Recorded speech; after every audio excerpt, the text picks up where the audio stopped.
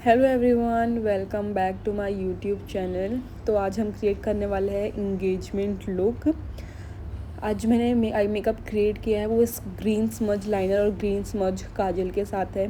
और मैं आप लोगों को बता दूं कि जो मेरी मॉडल है वो प्रोफेशनल मॉडल नहीं है, ये मेरी स्टूडेंट रह चुकी है अगस्त के बैच में। ये मेरी अगस्त के बैच की स्टूडेंट थी। और मैंने जब इन्हें फ़र्स्ट टाइम ही देखा था तो मैंने उन्हें कहा था कि क्या आप मेरी मॉडल बनेंगी। तो उन्होंने मुझे, उनका स्ट्रेट यही रिप्लाई था कि मुझे पोजेस देने वगैरह नहीं आते हैं।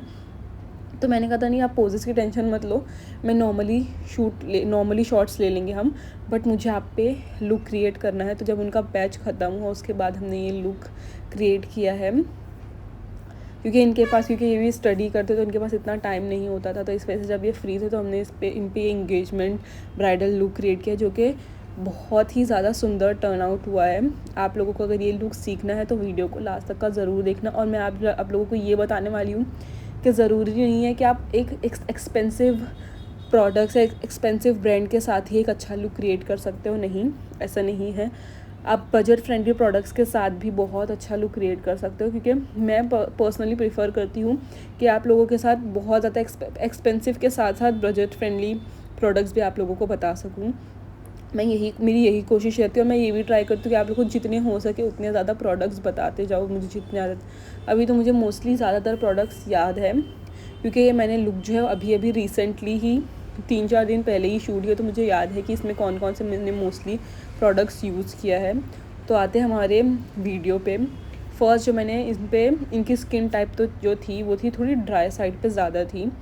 तो मैंने यहाँ पे जो मॉइस्चराइज़र यूज़ किया है, फ्लिका का मॉइस्चराइज़र यूज़ किया है। फ्लिका का मॉइस्चराइज़र आप यूज़ करते हो तो उसके लिए आपको अलग से प्राइमर यूज़ करने की ज़रूरत नहीं है, क्योंकि फ्लिका के मॉइस्चराइज़र में ऐसी प्रॉपर्टीज़ है जो प्राइमर और मॉइस्चराइज़र दोनों का काम करते हैं। ठीक है, मैंने अच्छी तरीके से मॉइस्चराइज़र अप्लाई किया है। और इसके बाद हम आते हैं आई मेकअप पे। आज मुझे वो एक शार्प आई लुक क्रिएट करना था, क्योंकि मैं हर बार सोचती हूँ मुझे ऐसा ही करना है, बट मैं हर बार भूल जाती हूँ, मुझे याद ही नहीं रहता। इस वजह से मैंने आज पहले सोची कि मैं उससे अच्छा पहले आई मेकअप कर, जब 1-2 बार कर लेंगे तो खुद ब खुद आदत पड़ जाएगी। इसलिए मैंने स्टार्ट किया है आई मेकअप से, ताकि मैं वो sharp eye liner look create कर सकूँ। इसके बाद हमने CTM वगैरह स्किन टाइप के अकॉर्डिंग कर लिया है, हमने आईब्रोज़ को अच्छी तरीके से बना लिया है। और इसके बाद हम आएंगे हमारे कंसीलिंग से, क्योंकि इनकी जो आईब्रोज़ थी वो बनी हुई नहीं थी, दोनों आईब्रो बनाने में बहुत ज़्यादा डिफरेंस आ रहा था। तो इस वजह से मैंने मैंने यहाँ पे फाउंडेशन यूज़ किया, आप कंसीलर भी यूज़ कर सकते हो। फाउंडेशन की हेल्प से मैंने उसे अच्छी तरीके से क्लीन कर लिया है, ताकि वो एक शार्प आई लुक आ सके। इसके बाद हम अप्लाई करेंगे foundation all over the lids पे अच्छी तरीके से। आप लोगों को ये याद रखना है कि कहीं पे कम कहीं पे ज़्यादा नहीं होना चाहिए, क्योंकि जब आप आई शेडो प्लेस करेंगे तो वैसे ही उसकी कवरेज भी आएगी। तो फाउंडेशन अच्छी तरीके से अप्लाई करने के बाद हमने उसे ब्यूटी ब्लेंडर की हेल्प से अच्छी तरीके से ब्लेंड कर लिया है। और मैंने जो यहाँ ब्यूटी ब्लेंडर यूज़ किया है वो है डैम ब्यूटी ब्लेंडर। अच्छी तरीके से आई बेस को सेट करने के बाद हम यूज़ करेंगे हमारा फर्स्ट ट्रांजेक्शन। यहाँ पे मैंने जो फाउंडेशन यूज़ किया था वो था क्रायोलॉन का फाउंडेशन, आप कोई भी कंसीलर भी यूज़ कर सकते हैं। इसके बाद मैंने जो आई शेडो पैलेट यूज़ किया है वो है मार्स का, और मैंने पे ऑरेंजिश ब्राउन कलर लिया है। फर्स्ट ट्रांजेक्शन हमारा हमेशा लाइट होना चाहिए। और मैंने जो आज का आई मेकअप है वो थोड़ा डिटेल में रखा है, ताकि आप लोग आई मेकअप पे अच्छी तरीके से कॉन्सेंट्रेट कर पाओ। इसके बाद हमने जो सेकंड ट्रांजिशन हमारा लिया है, हमने उसे आउटर कॉर्नर पे प्लेस किया है, वो है डार्क ब्राउन कलर। आप लोगों को ये याद रखना है कि उसे लाइट ब्राउन और डार्क ब्राउन दोनों को अच्छी तरीके से ब्लेंड करना है, ताकि उसके बीच में कोई भी हार्श लाइंस ना हो। हमारा आई मेकअप जितना सॉफ्ट लगेगा, हमारा मेकअप लुक इतना अच्छा ही उठ के आएगा। सेम स्टेप हमने दूसरी आई से भी फॉलो किया है। मैं पर्सनली आई मेकअप करने में बहुत ज़्यादा टाइम लेती हूँ, जितना टाइम मुझे बेस करने में नहीं लगता उससे ज़्यादा एटलीस्ट मुझे 10-15 मिनट आई मेकअप करने लगते हैं, क्योंकि मैं ब्लेंडिंग पे बहुत ज़्यादा ध्यान देती हूँ कि शेड्स प्रॉपर होने चाहिए, अच्छी तरीके से ब्लेंड होना चाहिए, कहीं से लाइन नहीं विजिबल होनी चाहिए। तो इसकी वजह से मुझे आई मेकअप करने में थोड़ा टाइम लगता है। इसके बाद हम अप्लाई करेंगे शिमर। मैंने यहाँ पे ग्लिटर नहीं यूज़ किया, यहाँ पे मैंने शिमर यूज़ किया है। हमारा जो आउटफिट था वो थोड़ा गोल्डन कलर का आउटफिट था, बट उस पर जो वर्क था वो सिल्वर कलर का हुआ था। तो इस वजह से हमने थोड़ा सिल्वर और गोल्डन का मिक्स जैसा शिमर अप्लाई किया, ताकि वो पूरा प्रॉपरली गोल्डन भी ना दिखे ना प्रॉपर पूरा सिल्वर दिखे, वो दोनों का मिक्स है। यहाँ पे हमारा शिमर अप्लाई करके हो गया। हम अप्लाई करेंगे ग्रीन कलर का काजल जो हमारा लाइनर इफेक्ट देगा, ठीक है।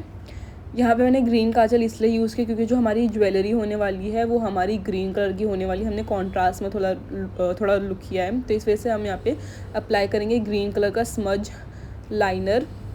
यहाँ पे आपको कोई स्पेसिफिक कोई आप लाइनर भी यूज़ कर सकते हो, बट मुझे स्मज काजल लुक देना था, इस वजह से मैंने यहाँ पे ग्रीन कलर का काजल यूज़ किया है। और आप लोगों को कैसे स्पेसिफिकली कोई शेप में अप्लाई नहीं करना, आप रैंडमली अप्लाई कर सकते हो। इनकी आइज़ का जो गैप था वो बहुत अच्छा गैप, उनकी आइज़ पे अच्छा खासा गैप था, तो इस वजह से यहाँ पे जो मैंने काजल है वो थोड़ा थिक अप्लाई किया है। और मैंने एक विंग लाइनर जैसा शेप होता है वैसे अप्लाई किया, ताकि हमारा जब हमारा जो हमने टेप लगाया है वो निकालने के बाद एक प्रॉपर लिफ्टेड लुक आए। हम विंग लाइनर किसी की ड्रूपी आइज़ है तो आप उस पर विंग आईलाइनर दोगे तो आइज़ है ना थोड़ी लिफ्टेड लुक देता है, ठीक है। तो यहाँ पे मैंने थोड़ा विंग आईलाइनर की शेप में ग्रीन स्मज लाइनर अप्लाई किया है। यहाँ पे हमारा आई मेकअप टोटली कंप्लीट हो चुका है। हम जितना एक्सेस है हम उसे रिमूव कर लेंगे। अगर आप उसे रिमूव नहीं करोगे तो जब आप फाउंडेशन वगैरह अप्लाई करोगे तो उसके नीचे के जो पार्टिकल्स वगैरह वो विजिबल होने के चांसेस हो सकते हैं। तो हम क्या करेंगे, अच्छी तरीके से क्लीन कर लेंगे। जितना भी हमारा डस्ट शिमर पार्टिकल्स गिरे वो है, उसे क्लीन करने के बाद अगेन मैंने थोड़ा सा मॉइस्चराइज़र की क्वांटिटी दोबारा लगाई है, क्योंकि मुझे फेस फिर भी हल्का हल्का ड्राई लग रहा था। मुझे नहीं चांसेस लेना था कि मेरा बेस जो है वो कहीं से भी पैची या क्रैकी हो, इस वजह से मैंने अगेन हल्की सी क्वांटिटी मॉइस्चराइज़र की दोबारा अप्लाई की है और उसे अच्छी तरीके से स्किन पे ब्लेंड कर लिए। यहाँ पे हमारा स्किन प्रेप भी अच्छी तरीके से दोबारा हो गया है। अब यहाँ पे बिल्कुल चांसेस नहीं कि हमारा बेस जो है वो पैची या केकी होगा। सॉरी बैकग्राउंड नॉइस की वजह से, क्योंकि आज थोड़ा डिस्टर्बेंस हो रहा है वॉइस ओवर करने में, बट हम कल के कल ये वीडियो अपलोड करके रहेंगे। इसके बाद हम आते हैं हमारे कलर करेक्शन के स्टेप पे। कलर करेक्शन को आप कोई सी भी स्किन टाइप हो, नॉर्मल हो, स्किन टोन आपको कलर करेक्शन कभी भी नहीं भूलना है, क्योंकि अब जब कलर करेक्शन भूल जाओगे या उसको स्किप कर दोगे स्टेप को, तो क्या होता है हमारा जो बेस है वो डल पड़ने के चांसेस हो जाते हैं। आपका बेस जो है वो ग्रे भी पड़ सकता है। तो इस वजह से आपको हर स्किन टोन पे कलर करेक्शन करना ही है। कलर करेक्शन का शेड जो है आपकी, अगर आप ऐसा नॉर्मल ऑफिस मेकअप कर रहे हो तो आप कलर करेक्शन स्किप कर सकते हो, आप स्किन टोन का फाउंडेशन लोगे तो भी चलेगा। बट अगर आप जब ब्राइड्स या कोई क्लाइंट पे मेकअप कर रहे हो तो आपको कलर करेक्शन कभी भी छोड़ना नहीं है। यहाँ पे मैंने स्किन से 2 से 3 शेड डार्कर शेड लिया था, वो था स्विस ब्यूटी का शेड, जिसके मुझे शेड में ऑलमोस्ट मैंने हर वीडियो में वही यूज़ किया है, क्योंकि मुझे उसका शेड पर्सनली बहुत पसंद है। मुझे स्विस ब्यूटी के वो कंसीलर बहुत ज़्यादा पसंद भी आते हैं, क्योंकि उनकी कवरेज बहुत ज़्यादा अच्छी है, उनके शेड भी बहुत प्रॉपर होते हैं, ठीक है। कलर करेक्शन करने के बाद हमने यूज़ किया है फाउंडेशन मैंने यहाँ पे अगेन क्रायोलॉन का फाउंडेशन यूज़ किया, जिससे हमने हमारा आई बेस बनाया था। शेड है F1, क्योंकि इनका हमारी जो मॉडल था उनका स्किन टोन थोड़ा फेयर की तरफ ज़्यादा था, तो इस वजह से यहाँ पे हमने फेयर फाउंडेशन यूज़ किया है।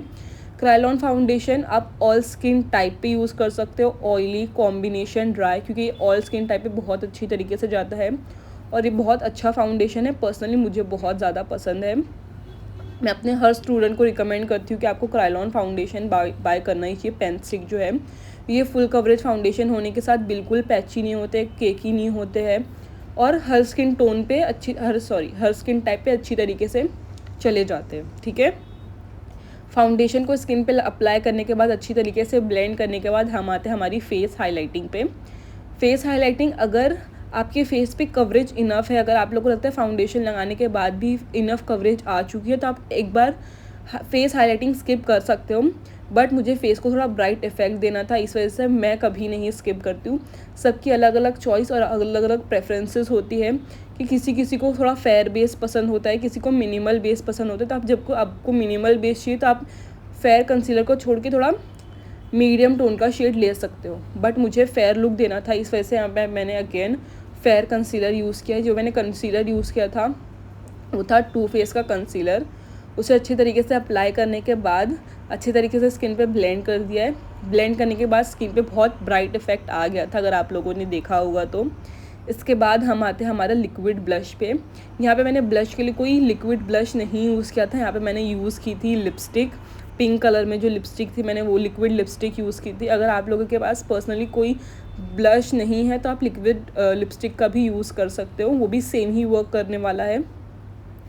अब ब्लश अप्लाई करने के बाद ब्लश मेरे को एक टाइम पे लगा कि शायद ये ब्लेंड नहीं हो पाएगा, क्योंकि अप्लाई करने के बाद मुझे लिपस्टिक कुछ ज़्यादा थिक लग रही थी और एक जगह पे स्टिक हो गया था। मेरी जो ब्लश था, मैंने जो लिपस्टिक अप्लाई की तो एक जगह पे स्टिक हो गया था। मुझे उसे ब्लेंड करने के लिए बहुत ज़्यादा मेहनत लगी, क्योंकि वो एक जगह पे स्टिक हो गया तो मुझे डर लग रहा था कि कहीं हमारा बेस ना है, बट ऐसा कुछ भी नहीं हुआ था। ब्लश अप्लाई करने के बाद हम आते हैं हमारे पाउडर सेटिंग पे। अंडर आई पे मैंने बहुत अच्छी तरीके से सेट किया, क्योंकि अंडर आइज़ पे थोड़ी बहुत लाइंस थी। अगर मैं उसे ब्लेंड करके अच्छी तरीके से सेट नहीं करती तो यहाँ पे चांसेस थे हमारे कि हमारा जो अंडर आई है वो थोड़ा क्रीज, अंडर आई पे जो क्रीज आने के ज़्यादा चांसेस थे। बट मैंने अंडर आइज़ को अच्छी तरीके से सेट किया है। इसके बाद मैंने फेस पे बहुत कम पाउडर सेटिंग की है। मैंने पफ पे लेने का एक्सेस जो था वो हाथ के पीछे निकाल लिया था। उसके बाद मैंने चीक्स को सेट किया है, क्योंकि फेस पे ड्राइनेस थी हल्की से, इनका जो स्किन टाइप था वो थोड़ा ड्राई था, तो हम पाउडर सेटिंग ज़्यादा नहीं करेंगे। अगर आप ज़्यादा पाउडर सेटिंग करोगे तो यहाँ पे आपका बेस जो है वो केकी हो सकता है, बेस फटने के चांसेस ज़्यादा हो सकते हैं, ठीक है। तो यहाँ पे हम ट्राई करेंगे कि पाउडर सेटिंग थोड़ी कम ही रखें। इसके बाद अभी विंटर सीज़न आने वाले हैं, तो आप लोगों को फेस पे जो हाइड्रेशन है वो अच्छी तरीके से हाइड्रेट करने के बाद ही आप लोगों को जो है मेकअप स्टार्ट करना है। और अवॉइड, अगर किसी की बहुत ज़्यादा ड्राई स्किन है तो cream products, cream blush use करना स्टार्ट करो उन पे। उससे क्या होता है कि बेस ज़्यादा, क्रीम प्रोडक्ट्स जो होते हैं हमारे हाइड्रेटिंग प्रोडक्ट्स होते हैं, तो जिसकी वजह से बेस पे ड्राइनेस आने के चांसेस बहुत ज़्यादा कम हो जाते हैं।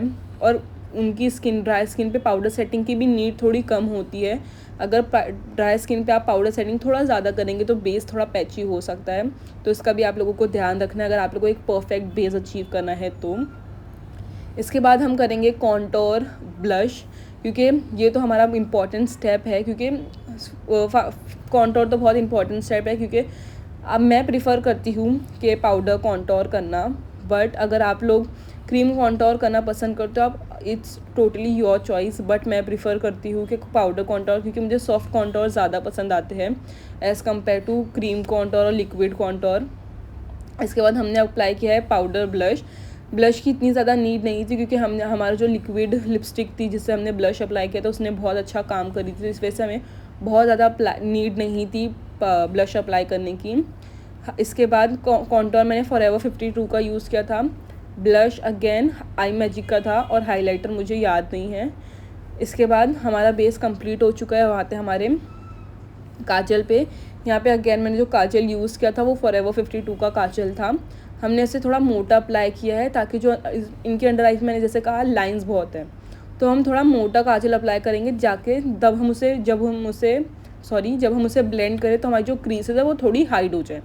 इससे अगर समटाइम्स लाइन भी आती है तो इतनी विजिबल नहीं होगी, हमारे काजल, स्मच काजल की वजह से वो हाइड हो जाएगी, ठीक है।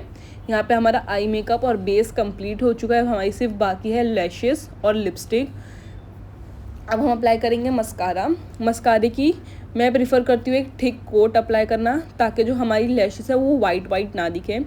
क्यों? क्योंकि अगर आपने मेरी पुरानी वीडियोस देखी तो इसका रीज़न आप मुझे कमेंट्स में करके बताओगे कि मैं क्यों मस्कारा लैशेस लगाने से पहले प्रिफ़र करती हूँ। मैं 2 बार मस्कारा अप्लाई करती हूँ, एक अभी और एक लैशेस अप्लाई होने के बाद। अगर आप लोगों ने मेरी पुरानी वीडियोस देखी हो तो मुझे कमेंट्स करके बताओ मैं ऐसा क्यों करती हूँ, ठीक है। यहाँ पे हमने हमारा मस्कारा अच्छी तरीके से अप्लाई कर दिया है। इसके बाद हम अप्लाई कर लेंगे हमारी लैशेस। अब इसके बाद मैंने जो लिपस्टिक अप्लाई की थी वो न्यूड लिपस्टिक थी, क्योंकि रेड तो ये लुक पे जाती नहीं, क्योंकि ज्वेलरी ग्रीन थी और न्यू हमारा जो आउटफिट था वो थोड़ा गोल्डन और सिल्वर था। तो यहाँ पे हमने जो लिपस्टिक अप्लाई की है वो है न्यूड लिपस्टिक। यहाँ पे जो मैंने लिप लाइनर यूज़ किया था वो है मार्स का लिप लाइनर। मुझे शेड यानी कोको बटर शायद इसका शेड है। अच्छी तरीके से लिप्स को थोड़ा सा ओवरलाइन किया था, क्योंकि ऊपर के लिप्स थोड़े पतले थे तो मैंने हल्का सा ओवरलाइन किया था। और उसके बाद हमने अप्लाई की हमारी लिपस्टिक। यहाँ पे जो मैंने लिपस्टिक यूज़ की थी वो थी शपेरल की लिपस्टिक। अगर आप लोग उसका शेड जाने तो मुझे कमेंट्स करना, तो इसको मैं आपका शेड ज़रूर बताऊंगी। और यहीं पे बातों बातों हमारा लुक कंप्लीट हो चुका है। आज मैंने आप लोगों को वीडियो में बहुत सारी टिप्स भी दी हूँ कि आपका बेस आप कैसे पैची होने से बचा सकते हो। आप बीच बीच में अगर स्किन टाइप ड्राई है तो आप बीच में सेटिंग स्प्रे भी यूज़ कर सकते हो।